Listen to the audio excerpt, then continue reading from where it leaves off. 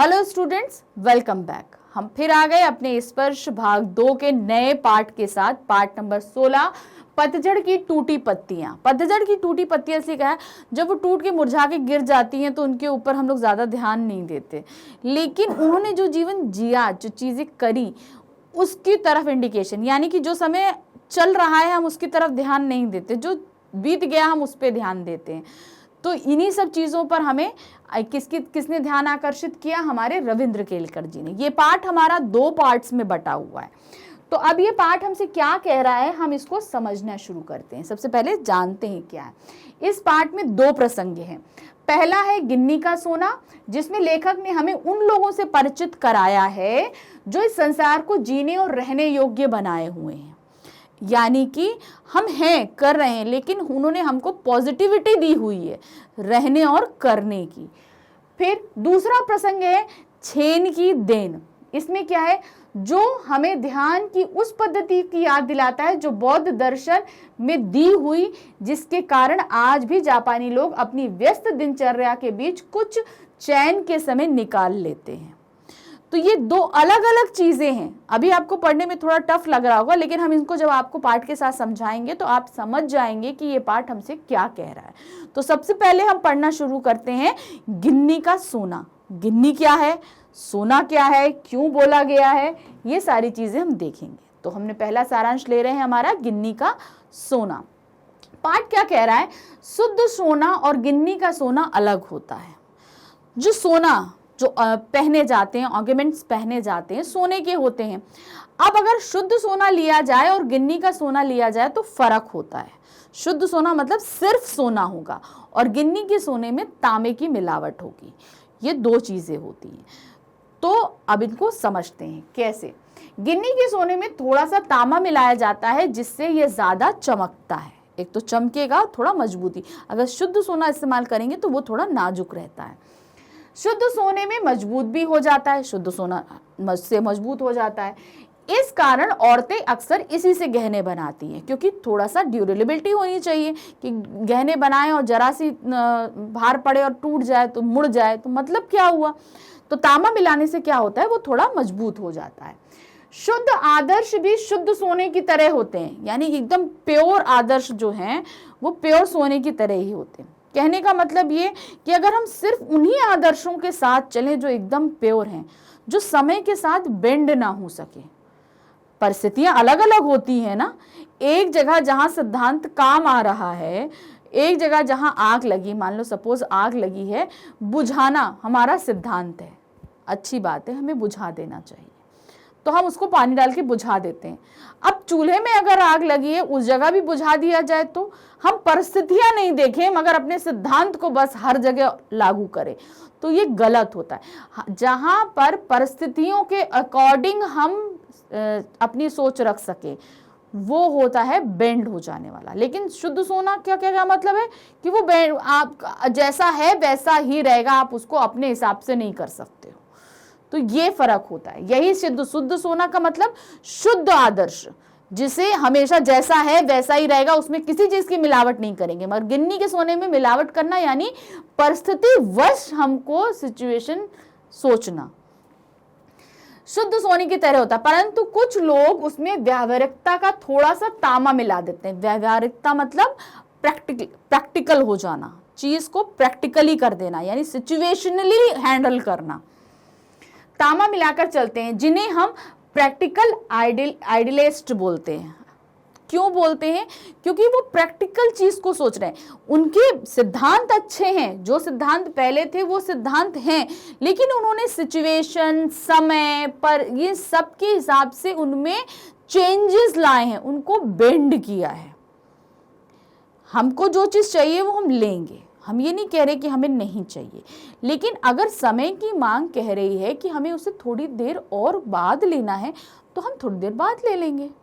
तो मतलब समय हमसे ये बोल रहा है। अब जैसे सपोज हम आपको छोटी सी एक सिचुएशन में डालते हैं, ठीक है, छोटी सी सिचुएशन को आप मान के चलिए, मम्मी घर में किसी काम से बिजी हैं, तो उन्होंने उस काम में बिजी होने से पहले आपसे कहा कि बेटा खाना खा लो, हम ये काम करने जा रहे हैं, हम बीच में नहीं आ पाएंगे।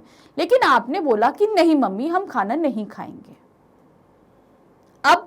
जब मम्मी उस काम में बिजी हो गई तो आप फिर उनसे जाकर मांग रहे हो खाने के लिए, तो ये प्रैक्टिकली नहीं है। जब वो आपके पास आई थी तो आपको बोलना चाहिए था, आप उन्हें तुरंत मना कर दिया, ठीक है। अब मम्मी जब बिजी हैं तो आप खाने के लिए मांगने गए, तो मम्मी अब काम से नहीं उठ सकती, लेकिन मम्मी ने क्या किया, उसमें थोड़ा प्रैक्टिकल चीज डाली। मम्मी जानती थी कि आपको भूख लगेगी हम जैसे ही काम करेंगे, तो उन्होंने उस सिचुएशन में थोड़ा प्रैक्टिकली दिमाग लगाया। क्या किया, मम्मी ने आपकी थाली लगा के पहले ही टेबल पे रख दी। तो मम्मी ने क्या बोला, अब वो उस काम को छोड़ नहीं सकती थी, तो मम्मी ने क्या कहा, जाओ टेबल पे खाना लगा रखा है, तुम खा लो। तो यहाँ पर मम्मी ने अपनी सूझबूझ, समय, परिस्थितियों के हिसाब से उस चीज को बदला। खाना तुमको मिलना चाहिए ये सिद्धांत था, मगर जब मिलना चाहिए तो तुमने मना कर दिया। अब मम्मी काम में बिजी थी, तो मम्मी ने उसके बीच का रास्ता क्या निकाला कि थाली लगाकर पहले रख दिया। तो उसे प्रैक्टिकली आइडिया उन्होंने यूज किया चीज को। तो ये चीज होती है कि सिद्धांतों के साथ अपनी सोच को ऐड करना और उसे समय और परिस्थितियों के अनुसार ढालना, यही ये पाठ आपको बता रहा है। चलिए आगे देखते हैं। परंतु वक्त के साथ उनके आदर्श पीछे हटने लगते हैं। कुछ लोग क्या होते हैं कि जब उसमें मिला देते हैं प्रैक्टिकली, अब हम सोने, जब उन्होंने शुद्ध सोने को क्या बोला कि वो जो शुद्ध सोना है वो मजबूत होता है, लेकिन जब उसमें व्यावहारिकता यानी तामा मिलाते हैं, फिर क्या होता है, तामा ज्यादा हो जाता है, यानी व्यावहारिकता ज्यादा हो जाती है और शुद्ध सोना पीछे खींचने लगता है। कुछ लोगों में, हम यहाँ बात कर रहे हैं कुछ लोगों में पीछे हटने लगता है और व्यवहारिक सूझबूझ ही केवल आगे रहने लगती है, यानी वो अपने सिद्धांत कहीं भूल जाते हैं और व्यवहारिकता ही रह जाती है। मगर ये गलत है। हमारे आदर्श लेके हम चल रहे हैं सूझबूझ के साथ, तो हमें उन दोनों में बराबर संतुलन बना के चलना चाहिए। यही सोना पीछे रह गया और केवल तांबा आगे रह गया, ये गलत है। हमने अगर अपने सिद्धांत लेकर चले हैं तो हमें सिचुएशन के अकॉर्डिंग करना, ये ना कि खाली हमने सिचुएशन रखा यानी तो उस जगह हम सेल्फिश हो गए, बिल्कुल नहीं। अगर सोना रखा है यानी सिद्धांत रखा है, तो तांबा यानी कि व्यावहारिकता भी उसके साथ ही उतनी ही चलनी चाहिए। अब ये ना हो कि सोना पीछे रह जाए यानी सिद्धांत पीछे रह जाए, और व्यावहारिकता यानी कि जब व्यावहारिकता रह जाएगी तो सिर्फ सेल्फिश रह जाएंगे। आगे देखते हैं। कुछ लोग गांधी जी को प्रैक्टिकल आइडियलिस्ट बोलते हैं। क्यों बोलते हैं प्रैक्टिकल आइडियलिस्ट, हम इस बारे में भी चर्चा करेंगे। बोलते हैं, क्यों बोलते हैं? वे व्यावहारिकता के महत्व को जानते थे, इसलिए वे अपने विलक्षण आदर्श को चला सके, वरना ये देश उनके पीछे कभी न जाता। यह बात सही है, परंतु गांधी जी कभी आदर्श को व्यावहारिकता के स्तर पर नहीं उतरने देते थे, बल्कि वह व्यावहारिकता को आदर्शों के स्तर पर चढ़ाते थे। अब इस चीज को आप पहले समझिए। लोगों ने बोला कि गांधी जी जो है वो क्या है, प्रैक्टिकल आइडियलिस्ट। क्यों उन्होंने बोला? उन्होंने सिद्धांत जो लेके चले अहिंसा, अहिंसा के सिद्धांत को लेकर चले, मगर उन्होंने सिचुएशन के साथ चीजों को समझा। उन्होंने अहिंसा का पालन किया, लेकिन एक हद तक पालन किया। वो सिद्धांत उनके साथ था, मगर उन्होंने समय की परिस्थितियों को भी समझा कि अंग्रेज जो हैं वो अत्याचारी हैं, तो उन्होंने अहिंसा माना कि हाँ वो हमें मार रहे हैं, हम पलट के नहीं मारेंगे। इसके अलावा उन्होंने कुछ ऐसी चीजों को भी इनोवेट किया अहिंसा के साथ, जैसे असहयोग आंदोलन। असहयोग आंदोलन किया मतलब हम अंग्रेजी सरकार के किसी काम में सहयोग नहीं करेंगे, हम अहिंसा का तो पालन कर रहे हैं, मतलब वो जो हमारा शुद्ध सोना है हम उसको संभाल के रखें, लेकिन हमने उसमें व्यावहारिकता क्या मिलाई? असहयोग आंदोलन। असहयोग आंदोलन क्यों मिलाया? कि हम अहिंसा, हम हाथ पैर नहीं उठाएंगे, हम मारेंगे नहीं, हम कुछ नहीं करेंगे, लेकिन साथ में उन्होंने उसमें एक चालाकी से थोड़ा सा तांबा क्या मिलाया? असहयोग आंदोलन। असहयोग मतलब हम किसी काम में सरकार को सहयोग नहीं देंगे, ये मिलाया। फिर उन्होंने नमक दांडी यात्रा करी। दांडी यात्रा में क्या? उन्होंने खुद डंडे खाए, नमक बनाया, खुद नहीं उठाया। अब उन्होंने क्या किया? डंडे खा के नमक बनाया, तो उन्होंने उस कानून को तोड़ा अहिंसा के साथ में, यानी कि जो मौलिकता थी हमारी, यानी कि शुद्ध सोना, अहिंसा, उसको उन्होंने पकड़ के रखा था, लेकिन साथ साथ में जो तांबा मिला रहे थे वो सिचुएशन के हिसाब से मिला रहे थे। तो ये चीज आपको समझनी है कि उन्होंने अहिंसा शुद्ध सोना रखा और साथ साथ में जो आंदोलन करते गए वो बीच बीच में तांबा मिलाते गए। वो किसके हिसाब से मिलाया? उन्होंने सिचुएशन को देख के मिलाया। फिर उसके बाद में आता है देश के पीछे, अगर वो ये चीज नहीं करते तो देश उनके पीछे नहीं जाता। जाहिर सी बात है ना, देश उनके पीछे कभी नहीं आता। अगर वो सिर्फ अहिंसा लेके चलते कि तुम मारी खाते रहो, तुम्हें कुछ नहीं करना, तो अगर वो सिर्फ शुद्ध सोना लेके चलते तो शायद लोग उनके पीछे नहीं आते। उन्होंने भी देखा कि इसमें फायदा है तो लोग उनके पीछे आए। परंतु गांधी जी कभी आदर्श को व्यावहारिकता के स्तर पर नहीं उतारते थे। यानी कि जो उनका आदर्श है, ऐसा ना हो कि वो जो आदर्श है वो कहीं पीछे रह जाए और सिर्फ व्यावहारिकता रह जाए, ऐसा नहीं करते थे। आदर्श अपनी जगह है और व्यावहारिकता उसके साथ शामिल रहती थी। यानी शुद्ध सोने के साथ तांबा, यानी कि अहिंसा के साथ असहयोग आंदोलन। कभी भी किसी को ज्यादा नहीं होने दिया कि उन्होंने असहयोग आंदोलन को आगे कर दिया और अहिंसा को पीछे, कि असहयोग आंदोलन के चक्कर में आप मारपीट भी कर लीजिए, नहीं, ऐसा नहीं किया। उन्होंने अहिंसा को हमेशा रखा, मगर साथ में ये सारी चीजें भी रखी। वे सोने में तांबा मिलाकर नहीं बल्कि तांबे में सोना मिलाकर उसकी कीमत को बढ़ाते थे। यानी यहाँ पे उन्होंने क्या किया? असहयोग आंदोलन कर रहे थे मगर उन्होंने अहिंसा नहीं छोड़ी थी। यहाँ पर जब असहयोग आंदोलन उन्होंने किया तो सामने रखा, लेकिन अहिंसा उसके साथ थी, उन्होंने अहिंसा नहीं छोड़ी थी। इसलिए सोना ही हमेशा आगे रहता था, इसलिए अहिंसा हमेशा आगे रहती थी। व्यवहारवादी लोग हमेशा सजग रहते हैं, हर काम लाभ हानि का हिसाब लगा के करते हैं। यानी कि अगर सिर्फ तांबा रहेगा, यानी व्यवहारवादी यानी प्रैक्टिकली लोग रहेंगे, तो हमेशा क्या करेंगे कि क्या चीज फायदे का है, क्या चीज नुकसान का है, हमेशा हम प्रैक्टिकली सोच के चलेंगे। फायदे का है तो करेंगे, हानि का है तो हम नहीं करेंगे। लेकिन आदर्श के साथ चलेंगे तो आदर्श भी रखेंगे और व्यावहारिकता भी रखेंगे, तो दोनों साथ साथ चलेंगे। जीवन में सफल होते हैं, यानी कि जो लाभ हानि का हिसाब लगाते हैं वो जीवन में सफल होते हैं, दूसरों से आगे भी जाते हैं। जाहिर सी बात है, हम प्रॉफिट देख के चलेंगे तो दूसरों से आगे भी जाएंगे, परंतु ऊपर नहीं चढ़ पाते। ऊपर नहीं चढ़ पाते का यहाँ तात्पर्य ये नहीं कि अमीर नहीं बन पाते, यहाँ तात्पर्य ये है कि वो लोगों के दिमाग में ज्यादा दिनों तक नहीं रह पाते, दूसरों के लिए सिद्धांत साबित नहीं कर पाते, अपना जीवन दूसरों के लिए एग्जाम्पल नहीं बना पाते, नाम यानी फेमस नहीं हो पाते। यहां पर इससे तात्पर्य है। फिर क्या है? खुद ऊपर चढ़े और साथ में दूसरों को भी ऊपर ले चले, यह काम सिर्फ आदर्शवादी लोग करते हैं। जैसे कि महात्मा गांधी जी ने किया कि वो खुद तो ऊपर आए, लेकिन साथ में जितने लोग उनके साथ चले उनके नाम भी हमारे साथ में आगे आए। आज हम गांधी जी को जानते हैं तो उनके साथ जुड़े बहुत से लोग को, जैसे खुदीराम बोस, इन सबको भी हम जानते हैं। समाज के पास अगर शाश्वत मूल्य जैसा कुछ है तो वो इन्हीं का दिया है। व्यवहारवादी लोग तो केवल समाज को नीचे गिराने का काम करते हैं, यानी प्रैक्टिकली जो लोग सोचते हैं वो सिर्फ अपने बारे में सोचेंगे, समाज को ऊपर उठाने के बारे में नहीं सोच पाएंगे, यानी सबका भला नहीं सोच पाएंगे, सिर्फ अपना भला सोचेंगे। लेकिन आदर्शवादी लोग क्या सोचेंगे? चलो हम भी आगे बढ़ते हैं और हमारे साथ जो लोग जुड़े हैं वो भी आगे बढ़े। तो आई होप आपको समझ में आ गया होगा कि सोना और तांबा आपको अच्छे से समझ में आएगा, आदर्श और व्यवहार क्लियर हो चुका होगा। चलिए अब हम अपने पाठ की तरफ देखते हैं। दूसरा क्या कह रहा है? छेन की देन। यहां मानसिक सुख की बात हो रही है, ठीक है।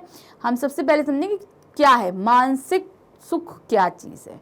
जब हम सुकून के साथ रहें, हमेशा अगर हम काम करते रहेंगे तो हमें वो शांति, वो पीस नहीं मिल पाता। उसी से रिलेटेड एक ये कहानी है जिसको हम समझाते हैं आपको। लेखक जापान की यात्रा पर गए हुए थे, ठीक है। वहां उन्होंने एक मित्र से पूछा कि यहाँ के लोगों को कौन सी बीमारी सबसे अधिक होती है। तो इस पर उनके मित्र ने जवाब दिया, मानसिक बीमारी, यानी दिमाग, यानी स्ट्रेस जिसको हम बोलते हैं। मानसिक बीमारियां ज्यादा होती हैं, डिप्रेशन, स्ट्रेस, ये सारी चीजें ज्यादा होती हैं। जापान के 80% लोग मनोरोगी हैं, यानी 80% लोग मनोरोगी हैं। अब क्यों हैं, हम ये भी देखेंगे। लेखक ने जब वजह जानना चाहा तो उनके मित्र ने बताया कि जापानियों की जीवन की रफ्तार बहुत बढ़ गई है, यानी बहुत फास्ट काम करते हैं वो लोग चलते नहीं दौड़ते हैं। महीने का काम एक दिन में पूरा करना। जब सोचिए 30 दिन का काम एक दिन में पूरा करना, यानी कि कितने स्पीड से चलना पड़ेगा। दिमाग में स्पीड का इंजन लगाकर लग जाने के 1000 गुना अधिक तेजी से दौड़ते हैं। मतलब दिमाग कोई भी कोई कैलकुलेशन अगर हम 2 मिनट में करते हैं तो वो उसी को 2 सेकेंड्स में करेंगे, इतनी तेजी से अपने दिमाग को दौड़ाते हैं।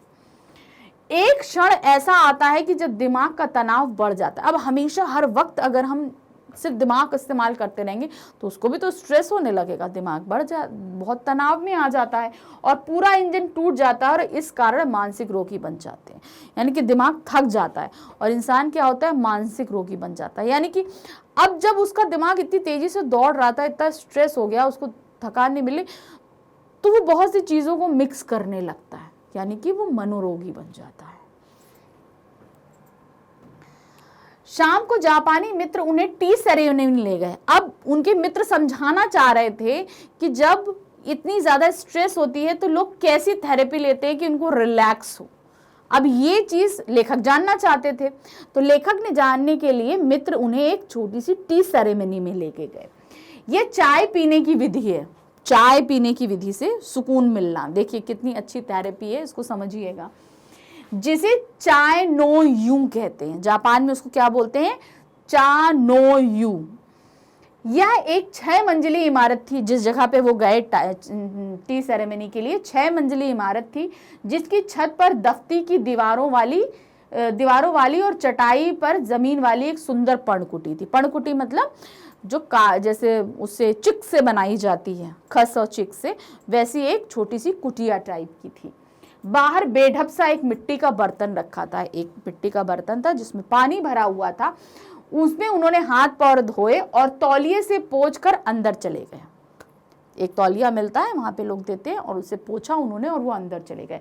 अंदर बैठे चाजीन ने उठकर उन्हें झुककर, यानी कि आप जो वहां पे व्यक्ति बैठा था चाय सर्व करने के लिए, उसको चाजीन बोलते थे, वो उठा और झुक के उनको जो है प्रणाम किया। उन्होंने बैठने की जगह दिखाई कि आप यहाँ पर बैठिए। उसने अंगीठी सुलगाई, उस पर चायदानी रखी, यानी कि वो अब जैसे जापानियों का क्या था, बहुत रफ्तार से काम करते हैं, यहाँ जस्ट अपोजिट था, बहुत स्लो हर काम हो रहा था। अब उसको आप एक्सप्लेन कर देखिए। तो उसने क्या, चाय सुलगाई। अब स्पीड से काम करोगे तो चाय बना के रखो, लोग आए चाय सर्व करो, पियो, जल्दी जगह खाली करो। लेकिन नहीं, जब आ गया कस्टमर तब वो चाय चढ़ा रहे हैं, मतलब अंगीठी सुलगा रहे हैं, चूल्हा गर्म कर रहे हैं।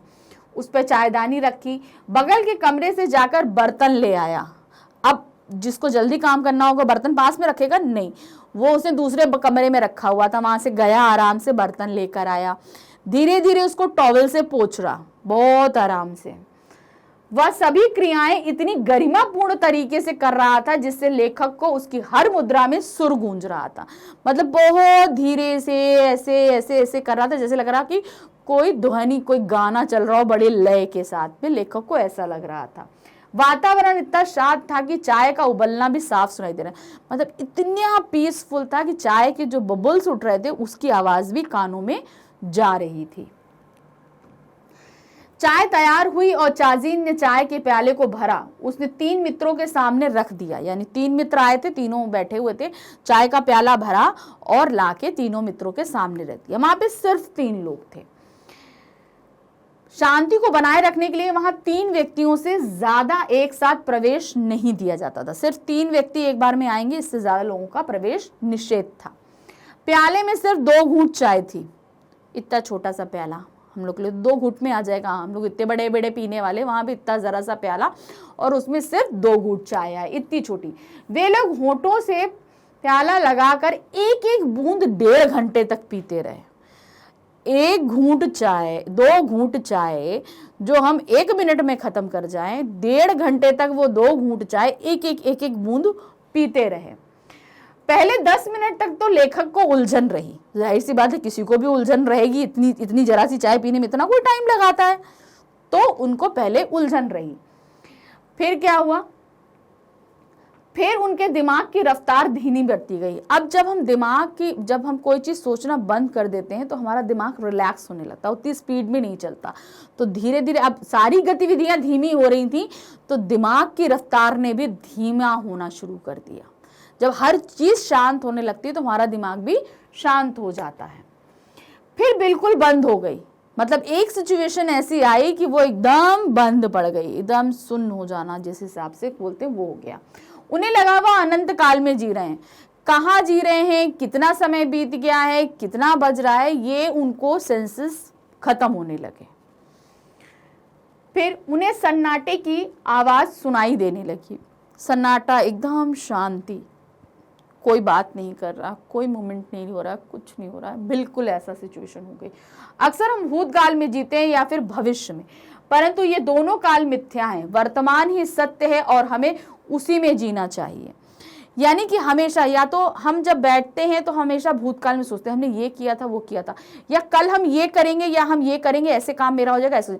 लेकिन जिस पल हम शांति से बैठे हैं उस समय हम जरूरी है कुछ सोचें। उस पल हम शांति से क्यों नहीं रह सकते? क्यों हम किसी चीज के बारे में सोचें कि कल क्या हुआ था या आने वाले कल में हम क्या करेंगे? जो प्रेजेंट है वही तो हकीकत है, जो बीत गया वो नहीं। कल क्या आने वाला हमें नहीं पता। जो हमारे सामने है वही तो सच है, यानी कि वर्तमान सच है, हमें उसमें जीना चाहिए। यही चीज इस चाय थेरेपी में बताई गई। आपके दौड़ते दिमाग को शांत करने की प्रक्रिया को इस चाय सेरेमनी में बताया गया कि जापानियों के जो दिमाग इतने मनोरोगी हो जाते हैं, इस सिचुएशन में लाके उनको शांत किया जाता है कि जब आप बहुत ज़्यादा थक जाओ तो इस सेरेमनी के थ्रू अपने दिमाग को शांत कर सकते हैं। तो यही चीज़ अंत में लेखक क्या बताते हैं, हम ना वर्तमान में जीते हैं, हम ना भविष्य में जीते हैं, ना हम भूतकाल में जीते हैं। हम जीते कहाँ पर हैं? वर्तमान काल में। इसलिए जो समय हम जी रहे हैं हमें उसी को एंजॉय करना चाहिए। तो यहाँ कहते हैं हमें उसी में जीना चाहिए। चाय पीते पीते लेखक के दिमाग में दोनों काल हट गए, यानी कि वो ना भूत की सोच रहे थे ना भविष्य की सोच रहे थे। वो सोच क्या रहे थे? वर्तमान की। बस वर्तमान के क्षण सामने थे। जो अनंत काल कितना विस्तृत है, असल जीना किसे कहते हैं, लेखक को उस दिन मालूम हुआ। यानी कि हम अगर ये चीज सोचें कि हम जिस समय को हम जी रहे हैं अभी, आज का समय, हम सिर्फ उसी को एंजॉय करें बिना किसी टेंशन, बिना किसी तकलीफ के, तो समझ लीजिए अगर हमने वर्तमान अच्छे से जी लिया तो हमने अपना भूत भी अच्छा कर लिया और भविष्य भी अच्छा कर लिया। आई होप ये चैप्टर्स दोनों आपको बहुत अच्छे से समझ में आए होंगे। इसके प्रश्न उत्तर के लिए हम अपने नेक्स्ट वीडियो में मिलते हैं। हमारा वेट करते रहिए। Thank you, bye bye.